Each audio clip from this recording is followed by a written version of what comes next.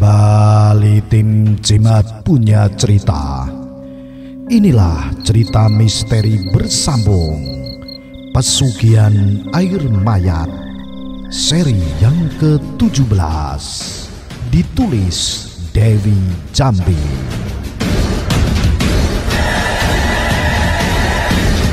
Sementara itu di rumah Siti.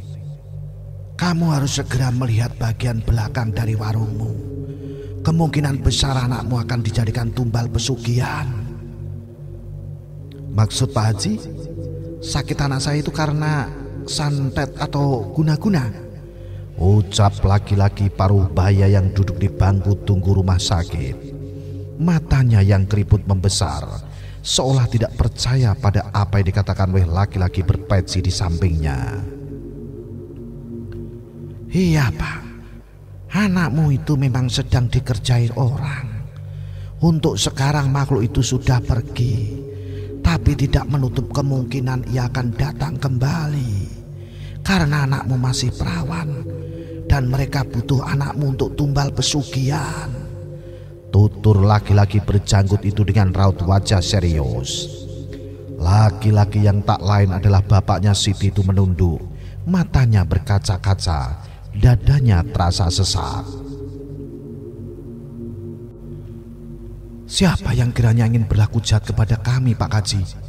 Seingatku aku tidak pernah mempunyai musuh, kata laki-laki itu dengan suara bergetar.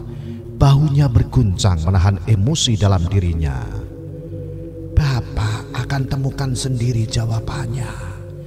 Yang penting saat ini terus dampingi anak Bapak.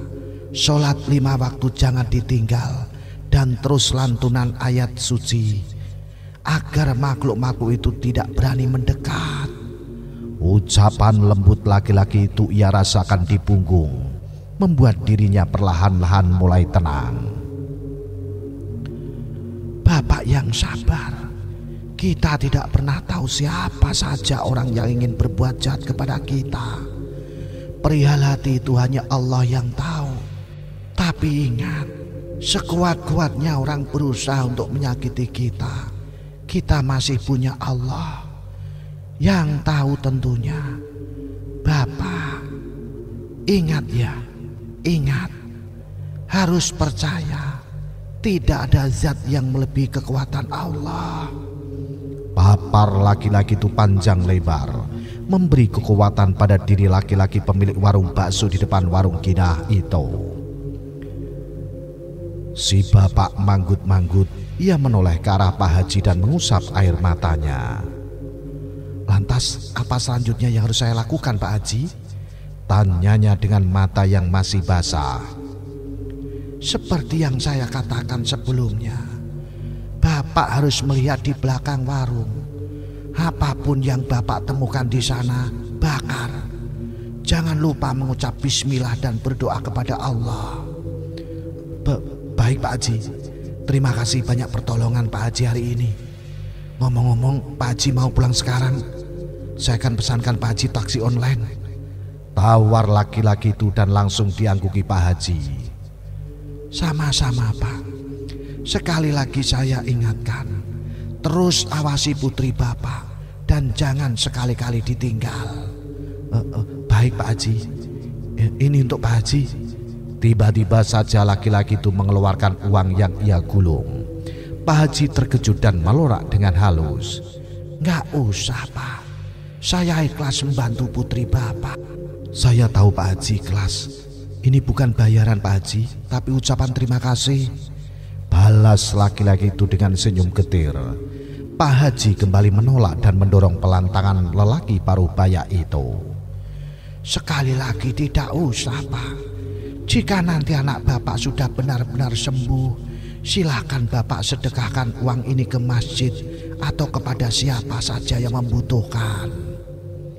Mendapat penolakan berulang kali dari Pak Haji, laki-laki paruh baya itu pun mengangguk dan mengucapkan terima kasih untuk kedua kali.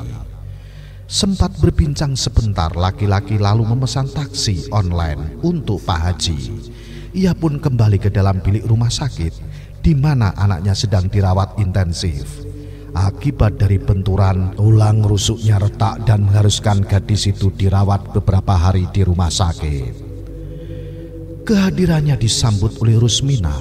Wanita itu menatap sayu suaminya di samping anaknya yang masih tertidur. Syukurlah ada Pak Haji. Anak kita akhirnya bisa diselamatkan. Tukas wanita itu pada suaminya yang baru saja mendaratkan pantatnya di kursi stainless tak jauh darinya. Iya, Pak Haji juga sangat baik. Beliau tidak ingin menerima uang yang Bapak beri. Saut laki-laki itu dengan wajah lesu. Ia lalu menoleh ke arah gadis yang masih terbaring lemah di ranjang rumah sakit. Belum lagi wanita itu menyauti ucapannya, laki-laki itu kembali berkata, "Besok Bapak harus ke warung, Bu." Ke warung? Bapak mau jualan dengan keadaan anak kita yang seperti ini? Apa Bapak gak salah, Pak? Tanya Rusmina tak percaya. Bagaimana bisa suaminya berjualan di saat keadaan anak mereka sedang terbaring lemah di ranjang rumah sakit? Laki-laki itu menggeleng cepat.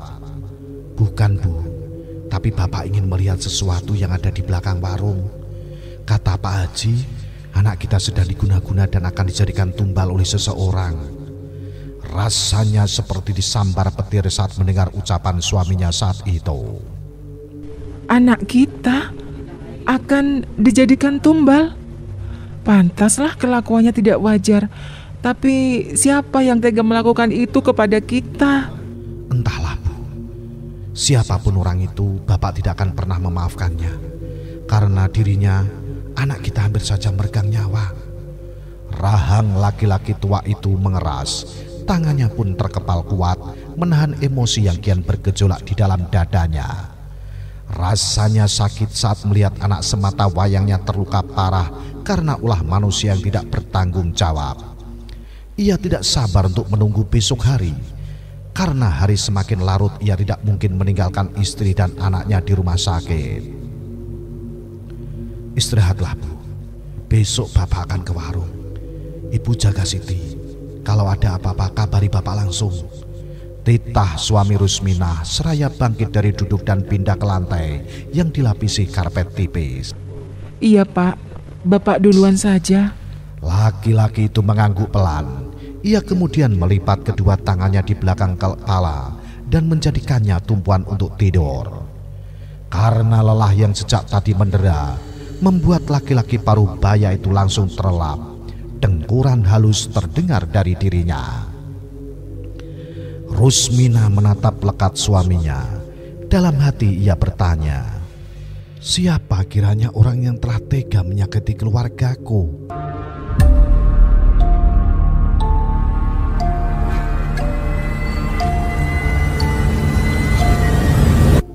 Pagi-pagi sekali, si bapak sudah berangkat dari rumah sakit menuju warung.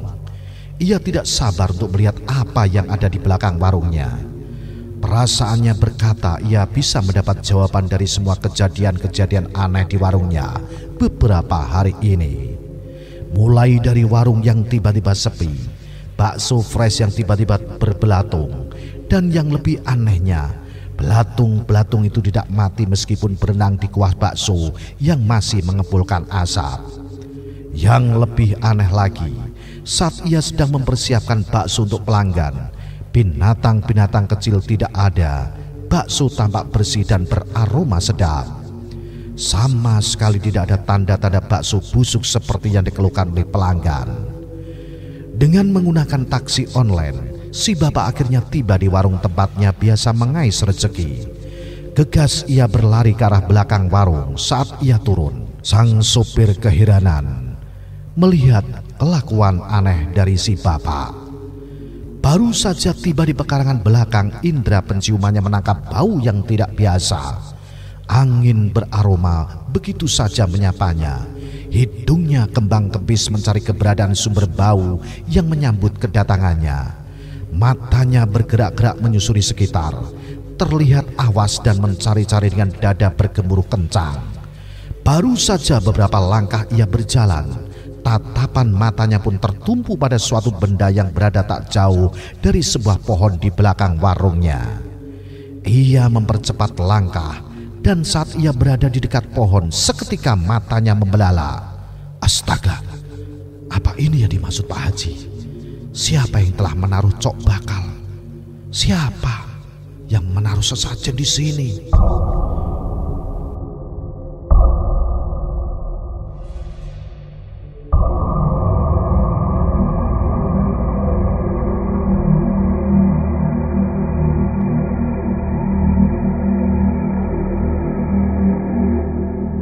Pria paruh baya yang rambutnya mulai ditumbuhi uban itu menatap lekat cok bakal yang tampak sudah beberapa hari diletakkan di tempat cukup tersembunyi. Ia menurunkan tubuhnya dan berjongkok tepat di hadapan sesajen. Matanya berkaca-kaca. Hatinya perih saat melihat boneka berpakaian lusuh dengan tulisan nama anaknya berada di antara bunga setaman yang sudah layu. Benar kata Pak Haji, anaknya akan dijadikan tumbal oleh seseorang. Air mata jatuh tanpa terasa di ujung pelupuk mata tuanya. Ia tidak bisa membayangkan jika saja malam itu Allah tidak mengizinkan ia bertemu dengan Pak Haji, mungkin saja saat ini anak perempuan satu-satunya sudah tinggal nama alias meninggal dunia. Marwoto, nama pria paruh baya itu, pemilik warung bakso saingan dari Soto Ginah. Dia tidak habis pikir apa kesalahan keluarganya sehingga ada yang tega menjadikan anaknya sebagai tumbal. Dalam ketidakberdayaan dan rasa sedih yang teramat dalam, ekor mata pria itu tanpa sengaja melihat butir-butir beras. Dengan tangan gemetar Marwoto mengangkat cok bakal yang terbuat dari anyaman pandan hutan dan menatap bawah benda itu. Benar saja, ada lubang yang sedikit menganga, membuat beras yang ada di dalam tempat sesajen itu berjatuhan saat diangkat. Tak ingin membuang kesempatan yang ada, Marwoto menganggap ini sebagai cara Tuhan untuk membantu dirinya mengungkap siapa sebenarnya orang yang telah membuat keluarganya menderita. Pria paruh baya itu lalu berdiri susah payah, membawa sesajen itu turut serta bersamanya. Ia berniat akan membakar sebagian benda itu dan sebagian lagi akan dikubur. Matanya tak lepas dari ceceran butiran beras yang sudah tidak berwarna kuning dan sebagian tercampur dengan tanah. Ia harus jeli melihat ke arah mana beras itu membawanya. Kaki tuanya mengayun mengikuti, memutar pekarangan belakang warungnya dan berjalan ke arah depan. Sayangnya butiran beras itu berakhir tepat di pekarangan depan warungnya. Saat berada di depan dengan membawa tempat sesajen di tangannya, ia melihat ke arah warung. Karena ia merasa seperti diperhatikan oleh seseorang, ia sempat kaget karena warung soto milik Ginah terlihat sepi pengunjung. Saat tengah menatap ke arah warung, tanpa sadar ia bersitatap dengan Mujiono yang tampak menatap sinis ke arahnya. Dalam situasi seperti itu, tiba-tiba ia merasakan detakan aneh di dalam jantungnya. Entah mengapa pikirannya langsung tertuju kepada orang itu. Apalagi saat mereka saling bersitatap, Mujiono langsung memalingkan muka dan tampak sekali ketidaksukaan dalam raut wajahnya. Apa laki-laki ini yang mencoba menjadikan anakku sebagai tumbal? Kalau dilihat-lihat warungnya tampak biasa saja, tapi kenapa banyak orang yang makan di sana? Kalau bukan karena pesugihan, lantas apa? Marwoto berbicara pada dirinya sendiri. Astagfirullahaladzim, kenapa aku harus bersuudzon? Bukankah tidak ada bukti yang menjurus kepadanya? Marwoto sontak beristighfar karena telah berpikiran buruk terhadap pemilik restoran kuliner yang ada di seberang warungnya. Ia mengusap wajahnya dan menyadari kekeliruannya. Tak ingin terus berpikiran buruk kepada orang lain, pria dengan tinggi 160-an cm itu lantas memutar tubuh. Ia menunduk dan meletakkan sesajen itu di teras warungnya. Kemudian merogoh saku dan mengambil kunci warungnya. Tangannya dengan lihai memasukkan kunci itu ke dalam lubang gembok dan memutarnya. Hanya dalam beberapa detik saja gembok itu terbuka dan Marwoto segera membuka pintu. Pintu yang bergerak menimbulkan suara derit yang membuat ngilu siapapun yang mendengarnya. Aroma anyep seketika menguar dari dalam saat pintu terbuka perlahan. Marwoto mengernyitkan dahi saat merasakan hawa yang tidak biasa. Bulu kuduk seketika berdiri saat ia memasuki ruangan seorang diri. Ruangan remang-remang karena jendela belum ia buka. Marwoto terpaku dan tak berani untuk melangkah lebih jauh. Dalam keadaan minim cahaya, ekor matanya menangkap sosok hitam tengah duduk di sudut ruangan seolah tengah memperhatikan gerak-geriknya. Astagfirullah, desisnya dengan tubuh yang gemetar. Dadanya bergemuruh. Untuk pertama kalinya ia merasakan kehadiran makhluk gaib di warungnya. Seiring dengan istighfar yang terucap dari bibirnya, sosok Metrius itu langsung berubah menjadi asap dan hilang begitu saja. Marwoto yang sempat terpaku langsung beranjak dari tempatnya, menyadari makhluk itu baru saja pergi. Gegas ia cepat-cepat kembali menutup pintu dan pergi meninggalkan warung dengan tergesa. Dengan jantung yang masih berdentum, pria itu tanpa sengaja kembali bersitatap dengan Mujiono saat motornya melewati warung soto yang mulai ramai pengunjung. Kenapa laki-laki terus menatapku? Dan kenapa ia tersenyum sinis kepadaku?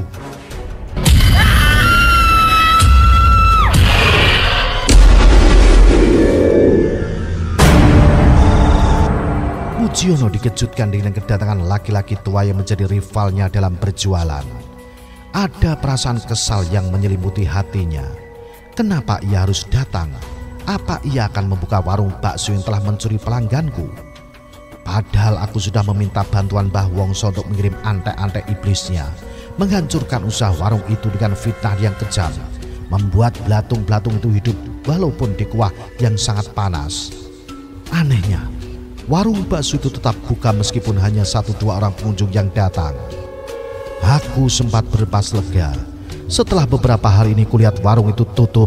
Pastilah itu karena anak gadis mereka sekarang sedang dikerjain oleh Mbah Wongso. Sialan memang. Gadis itu tak juga mati-mati. Seolah punya nyawa seret. Karena itu jugalah aku harus merelakan ibu mertuaku menjadi penggantinya dan menanggung gangguan dirinya. Mataku tiba-tiba menangkap pergerakan darinya yang baru muncul dari arah belakang. Astaga, jantungku berdegup kencang saat melihat apa yang ia bawa. Cok bakal berisi sesajen yang aku buat dengan tujuan untuk menumbalkan anak gadisnya. Di saat aku terpaku, tiba-tiba saja laki-laki tua itu menatap ke arahku. Rasanya tubuh ini seperti tidak bertulang saat mata ini bersitatap dengan dirinya. Cepat-cepat aku membuang muka dan memutus kontak mata dengannya. Bisa gawat ini. Kalau ia tiba-tiba tahu semua itu aku yang buat, pasti ia akan tidak tinggal diam. Bisa-bisa hancur semua usaha yang sudah aku bangun selama ini. Untungnya laki-laki itu tidak berbuat apa-apa dan langsung pulang begitu saja. Aku sempat menatap sinis ke arahnya karena tidak bisa aku pungkiri aku benci dia. Lega karena ia akhirnya pergi dari tempat ini. Tapi saat aku sedang asik dengan pikiranku sendiri, tiba-tiba saja aku dengar suara ribut-ribut di balik tubuhku. Wah, apa-apaan ini? Kenapa kuahnya bau bangkai? Bau sekali, jijik. Aku segera membalikkan tubuh dan mataku seketika membola. Dua makhluk ini sejak tadi di kuah soto seketika menyingkir dan entah berada di mana. Sialan, pengunjung ini pasti ingat membaca doa. Padahal sedari masuk ke dalam warung ini, mereka sudah dibuat terlena dengan makhluk berbulu lebat, bermata merah, yang meniup wajah agar lupa membaca doa saat makan. Dan terlena dengan kuah soto yang memang aslinya berbau bangkai. Tentu saja aroma itu hanya bisa aku dan kita rasakan, tapi tidak dengan orang lain. Aku segera beranjak dari tempat dan mendekati gadis yang saat itu mencak-mencak. Sudah, Tri. Jangan buat malu. Kuah sotonya enak banget. Mana ada bau bangkai? Enggak bau bangkai apanya? Coba kamu baca doa sebelum makan, biar tahu makanan apa yang saat ini kita makan. Enggak kok, kamu aja yang terlalu lebay. Aku mendengar dua gadis itu saling menyatakan pendapat masing-masing. Tak ingin suasana semakin ricuh, aku pun mendekat. Ada apa ini, Mbak? Gak enak dilihat pembeli yang lain. Untungnya sekarang sepi. Kedua gadis yang tidak menyadari kedatanganku itu langsung terjingkat dan serentak menatap ke arahku. Mas, ini kuah apa?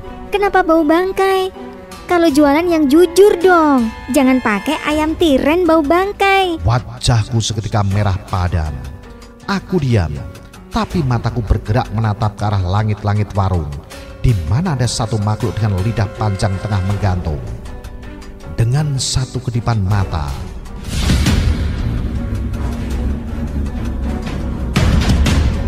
makhluk itu dengan cepat berpindah dari satu tempat ke tempat lain dan berakhir di belakang gadis yang sempat membuat Mujiono sakit hati.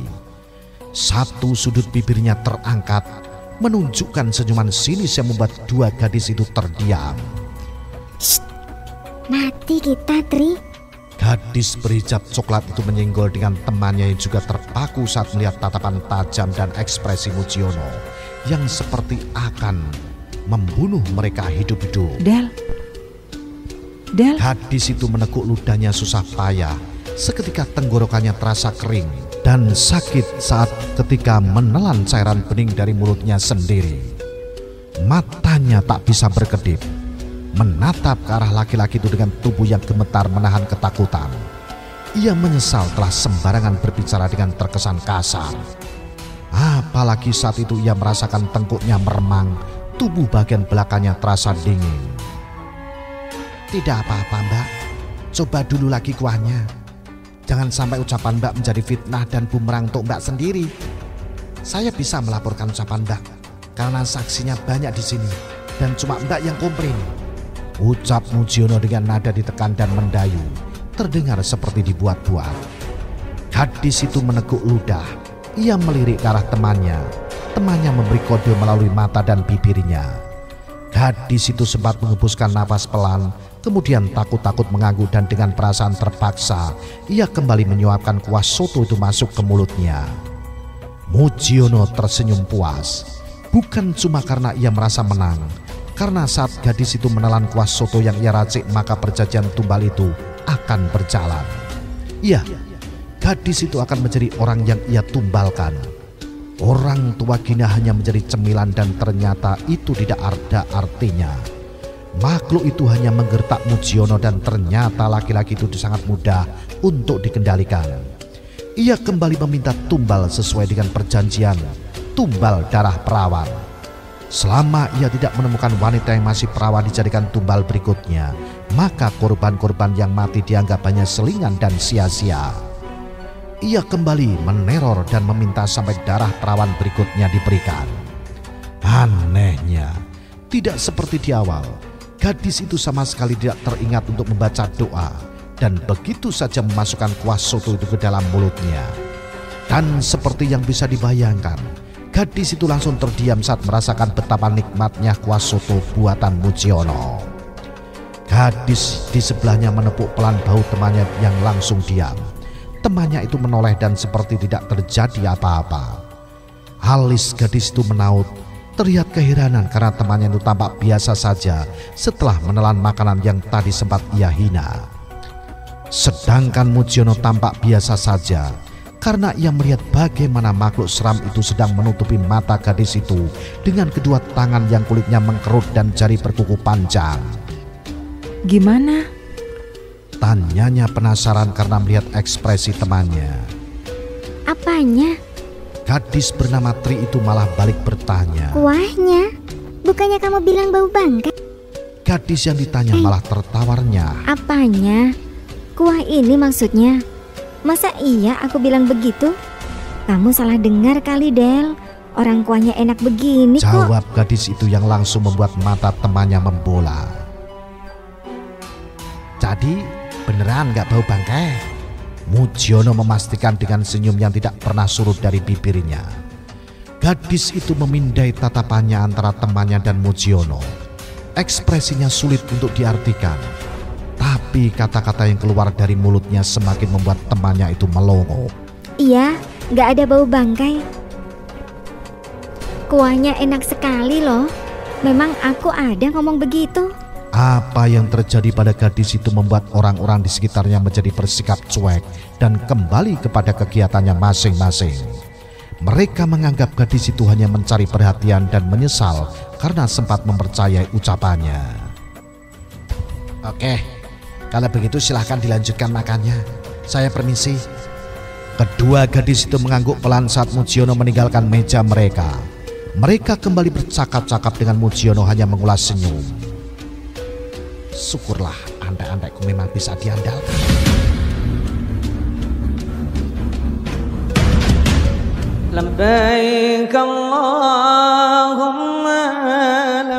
Ibadah umroh bukan hanya sekedar perjalanan fisik, tetapi juga perjalanan jiwa.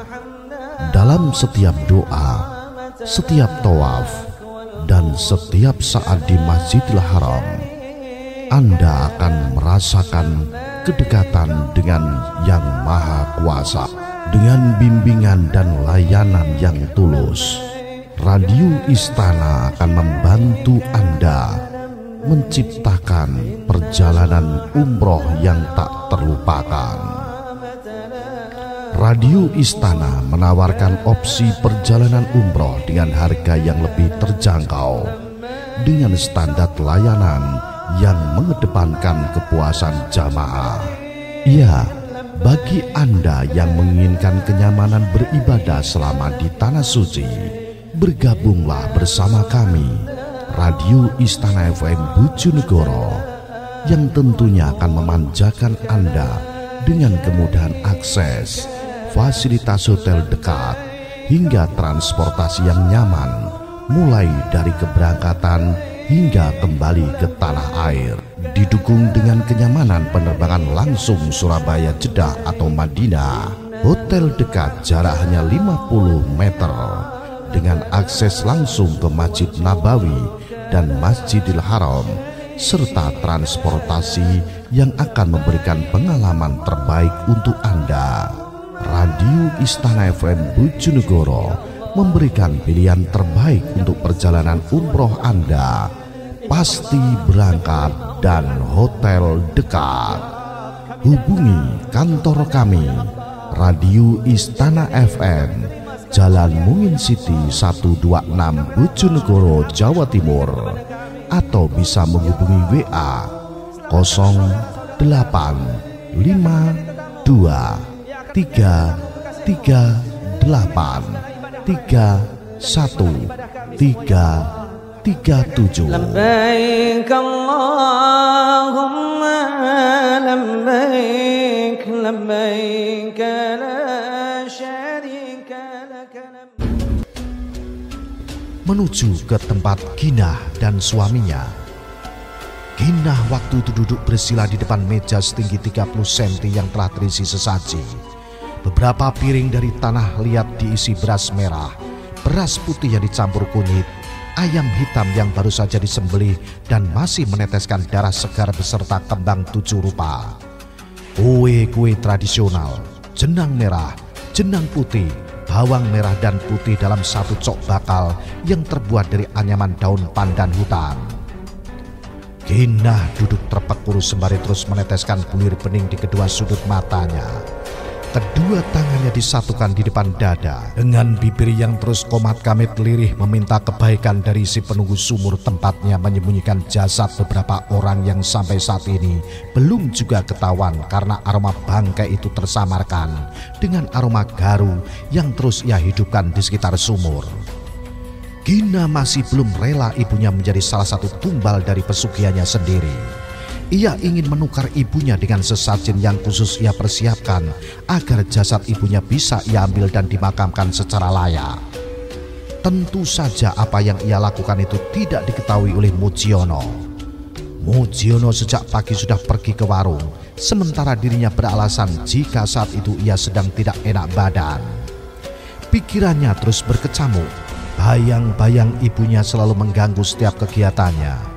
Wajah sedih terkadang datang saat ia sedang tidur.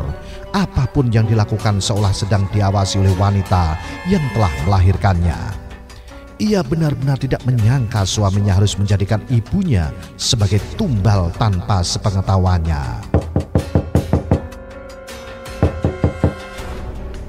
Bunyi ketukan di luar membuat wanita itu terhenyak. Cepat-cepat Ginah menghapus air matanya dan bergerak keluar dari kamar gelap yang minim cahaya. Tak lupa ia mengunci pintu kamar yang menjadi sarana pertemuan dengan dirinya, yaitu dengan nyai yang telah memberikannya kekayaan selama ini. Gina menarik nafas dan mengembuskannya dengan kasar sebelum akhirnya ia mengayun langkah menuju ke arah depan. Siapa sih siang-siang datang ke sini? Ia kesal karena konsentrasinya terganggu dan prosesi itu harus ia ulangi dari awal lagi. Gina tiba-tiba menghentikan langkahnya saat jaraknya hanya beberapa meter saja dari pintu. Matanya menatap awas siluet tubuh yang tampak dari tirai marun yang menutupi jendela rumahnya. Tak jua membukakan pintu, seseorang di luar sana kembali mengetuk. Kali ini suara terdengar keras dan membuat jantung Gina berdegup kencang.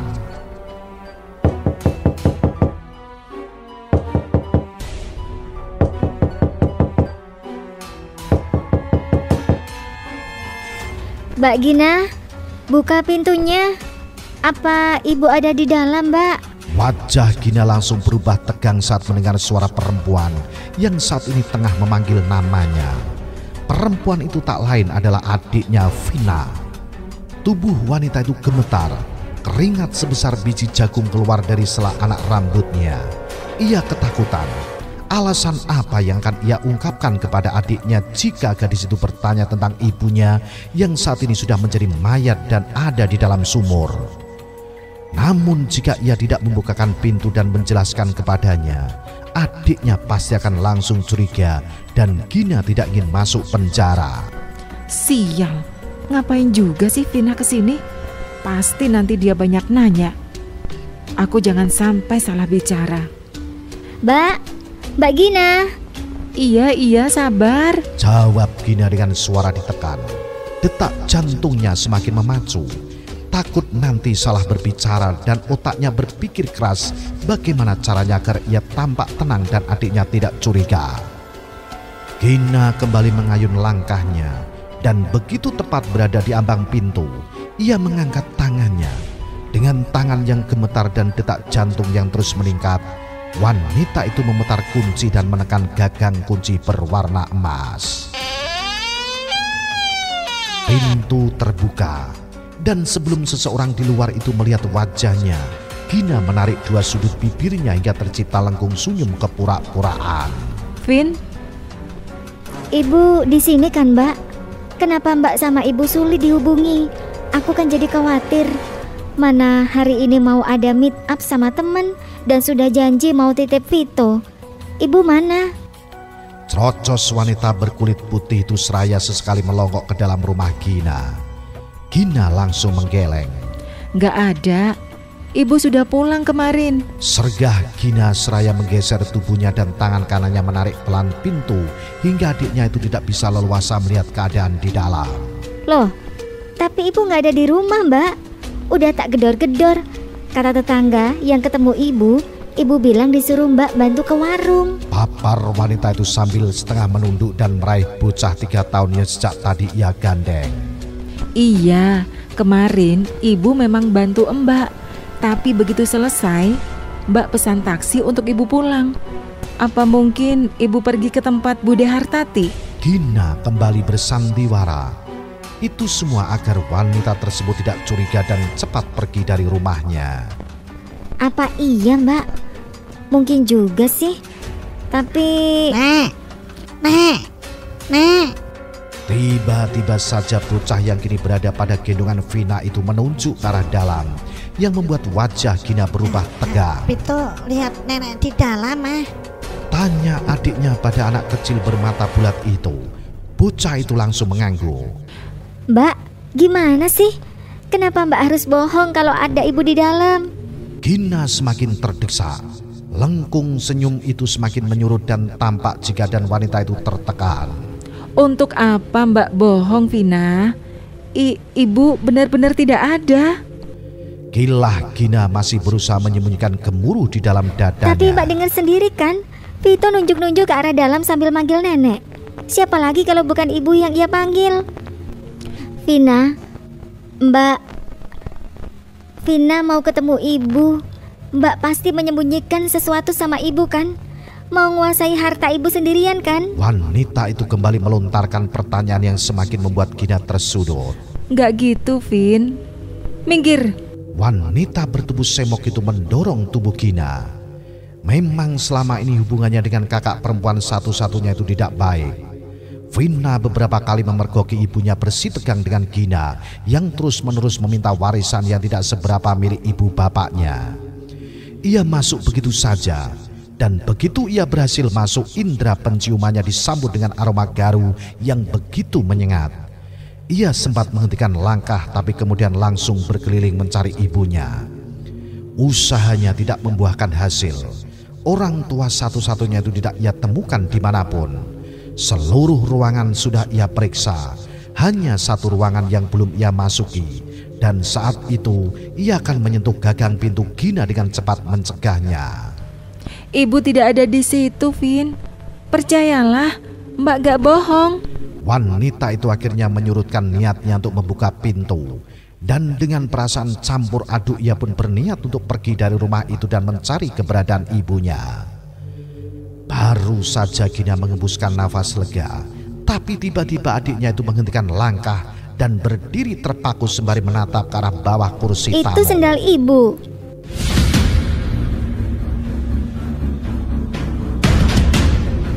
Si adik Gina seraya menunjuk ke arah sendal yang ada di bawah kursi ruang tamu.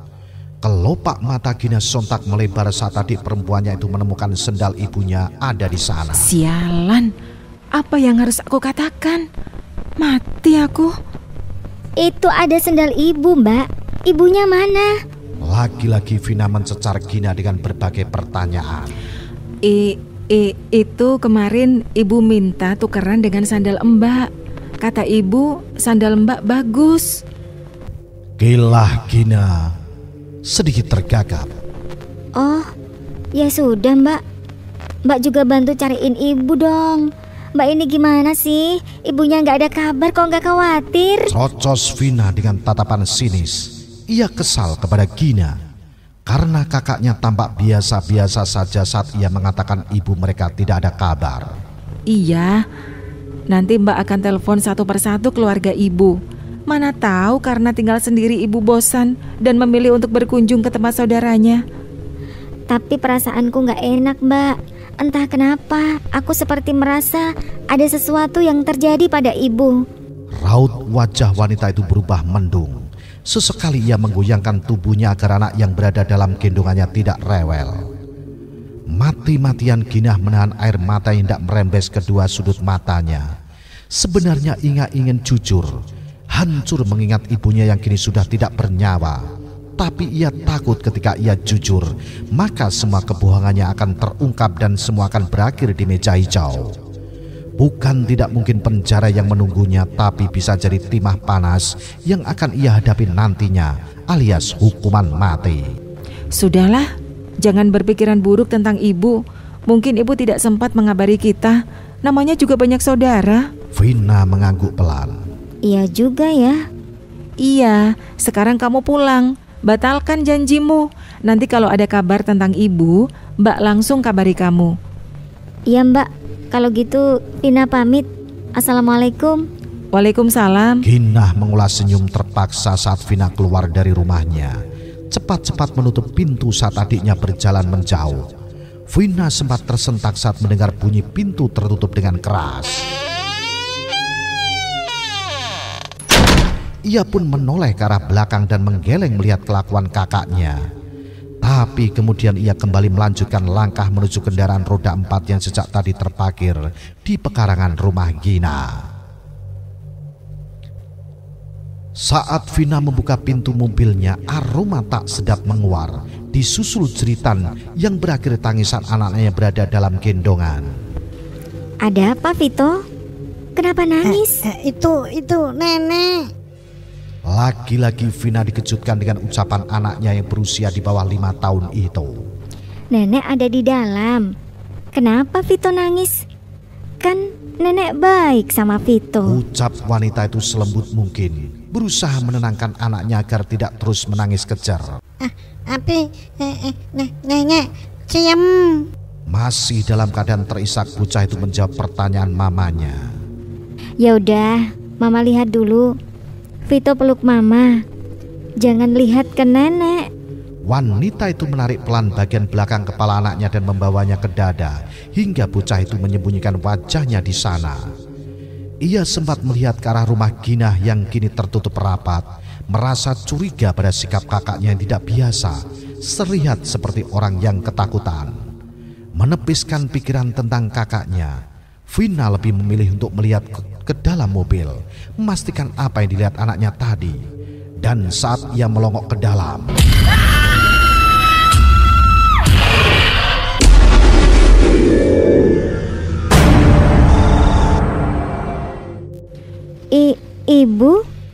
Ibu kemana saja? Kenapa tubuh ibu basah? wanita itu beringsek masuk dan mencecar ibunya. Wanita yang diajak bicara itu hanya diam dan tanpa ekspresi. Wajahnya pucat, terutama bibir yang terlihat kering dan putih seperti tidak dialiri darah. Seluruh wajahnya dan tubuhnya basah termasuk rambutnya. Vina yang kebingungan melihat keadaan ibunya lantas turun dan berlari ke arah rumah kakaknya. Dengan perasaan yang bercampur aduk, Vina menggedor pintu rumah itu dengan sekuat tenaga.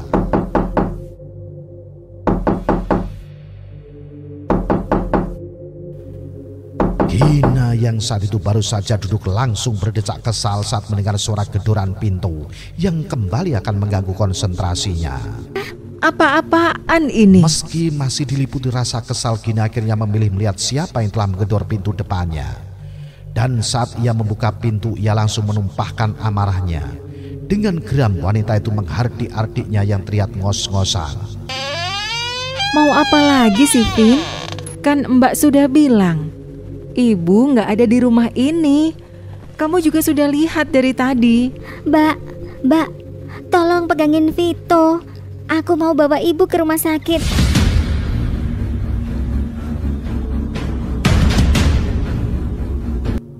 Jantung Ginah rasanya berhenti berdetak saat itu juga, saat mendengar penuturan adiknya. Ia hanya diam saat adiknya memindai anaknya ke dalam dekapannya. Tangannya meraih bocah itu dengan perasaan gamang. Apa yang sedang Vina katakan? Apa ia bertemu ibu? Tapi bukannya ibu sudah mati? Apa arwah ibu bergentayangan? Batin Ginah berkata begitu. Ibu? Di mana? Kalimat itu akhirnya lolos dari bibir Vina setelah tadi sempat tertahan. Iya, ibu ada di dalam mobil, Mbak. Tubuhnya basah. Ibu pun tampak pucat. Aku takut ibu sakit. Aku akan segera membawa ibu ke rumah sakit. Apa Mbak mau ikut? Sudahlah. Banyak mikir. Entar ibu semakin sakit. Jagain Vito. Aku pergi. Sedikit kesal, wanita itu akhirnya memutar tubuh. Ia tak peduli saat anaknya menangis kejer karena dirinya. Ia tetap melangkah cepat ke arah mobilnya. Merasa penasaran dan tidak percaya dengan ucapan adiknya, Gina pun akhirnya mengikuti wanita itu dan ia memanggil dengan suara yang cukup keras. Tunggu. Mbak ikut, Vin. Gina mengikori adiknya dari belakang dan berhenti tepat di dekat mobil. Saat Vina membuka pintu mobil, aroma aneh menguar, menusuk indera penciumannya. Aroma garu bercampur bau apek dan anyep. Gina berdiri sembari memperhatikan tingkah Vina yang mencurigakan. Wanita itu masuk dan kepalanya bergerak kiri kanan celingukan seperti sedang mencari sesuatu. Mbak, ibu hilang.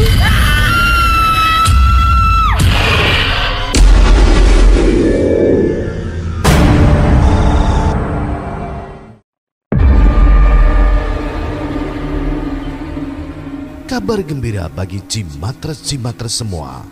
Bagi Anda yang punya usaha, jual bakso, jual mie ayam, jual gorengan, jual baju, jual sembako, mebel, atau bengkel, dan lain sebagainya.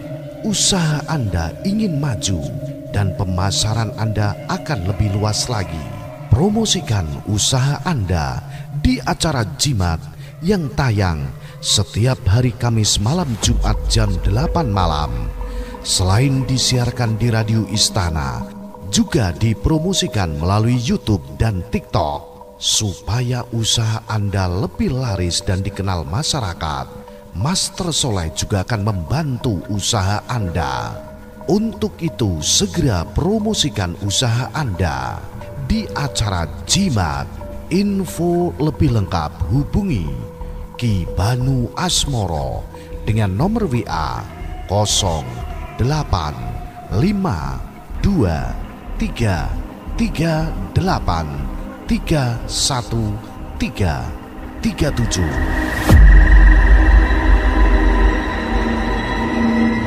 Sementara itu di kantor polisi, tidak bisa Pak, kita tidak bisa menuduh tanpa bukti. Apalagi ini hanya berdasarkan dari hal gaib. Kita juga punya syarat-syarat jika harus menggeledah tempat usaha orang. Tidak bisa sembarangan. Seorang laki-laki berusia sekitar 40 tahunan menjawab tegas ucapan seorang pemuda bertubuh kurus yang saat ini sedang duduk di hadapannya. Mereka hanya terhalang meja. Kenapa tidak bisa, Pak? Coba pikirkan. Coba. Ayo, coba Bapak pikirkan. Mana ada warung yang tiba-tiba ramai, antriannya panjang. Padahal sebelumnya warung itu terkesan biasa-biasa saja. Itu sudah menjadi bukti kalau warung itu memakai pesugihan. Pemuda yang diajak bicara tidak mau mengalah, ia terus berspekulasi. Bukan cuma itu, Pak. Saya sangat yakin mayat calon istri saya itu pasti ada di tempat itu. Karena beberapa kali teman saya bertemu dengannya. Dia pun sempat kerasukan. Mantan saya itu pun sering menemui saya di dalam mimpi dan meminta tolong. Dia selalu menyebut warung soto Gina. Bukti apa lagi yang Bapak inginkan? Desaknya yang semakin membuat muka Pak Polisi bertambah suram. Kesal karena orang yang di hadapannya itu tidak bisa mengerti dengan maksudnya. Bukti konkretnya, maksud saya bukti yang benar-benar bisa dilihat. Seperti foto, rekaman CCTV, atau sebagainya. Pak Polisi masih terlihat sabar menghadapi pemuda yang ternyata adalah Galang. Galang menghela napas panjang. Ia lalu menatap layar ponsel Gamang. Ia benar-benar bingung. Bagaimana caranya agar ia bisa mendapat bukti dan mereka bisa mencari keberadaan mayat murni. Apalagi saat terima jujur kepadanya kalau ia hampir saja menjadi tumbal di warung soto tempatnya bekerja. Meskipun sekarang keadaannya sudah lebih membaik dan terlihat lebih tenang, tapi sesekali sahabatnya itu pernah tampak ketakutan seperti melihat sesuatu yang mengerikan. Galang akhirnya menyerah dan memilih untuk pergi dari kantor polisi. Ia memilih untuk pergi ke rumah Rima dan menceritakan apa saja yang ia bicarakan dengan polisi. Dengan mengendarai motor bebeknya, Galang menempuh waktu perjalanan yang tidak sebentar. Jarak antara rumah Rima dan kantor polisi lumayan jauh dan harus melewati beberapa hutan pinus. Semakin dekat jarak rumah Rima, semakin kencang detak jantung pemuda itu. Sesekali Galang menyentuh dadanya, wajahnya bersemu merah. Rasa yang sama saat ia bersama dengan murni kekasihnya. Sesekali Galang menyentuh dadanya, wajahnya bersemu merah. Rasa yang sama saat ia bersama dengan murni kekasihnya. Kenapa dengan jantungku? Apa aku sudah mulai jatuh cinta dengan Rima? Tidak, itu tidak mungkin.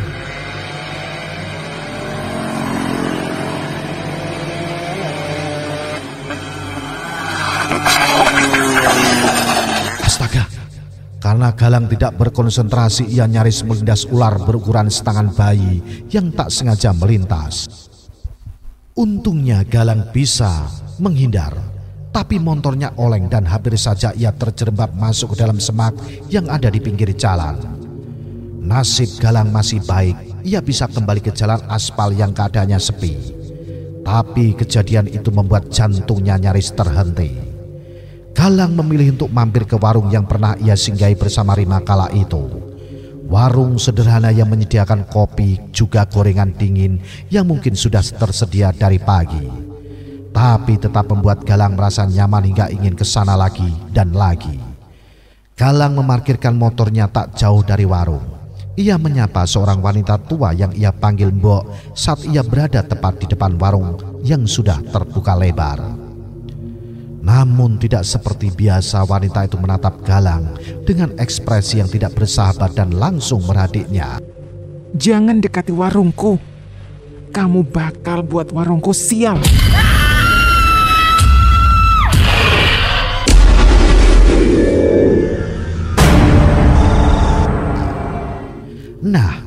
Bagaimanakah kisah selanjutnya? Apa yang akan terjadi kemudian? Ikuti terus cerita misteri bersambung Pesugihan Air Mayat seri selanjutnya. Salam Jimatres, salam satu misteri. Au.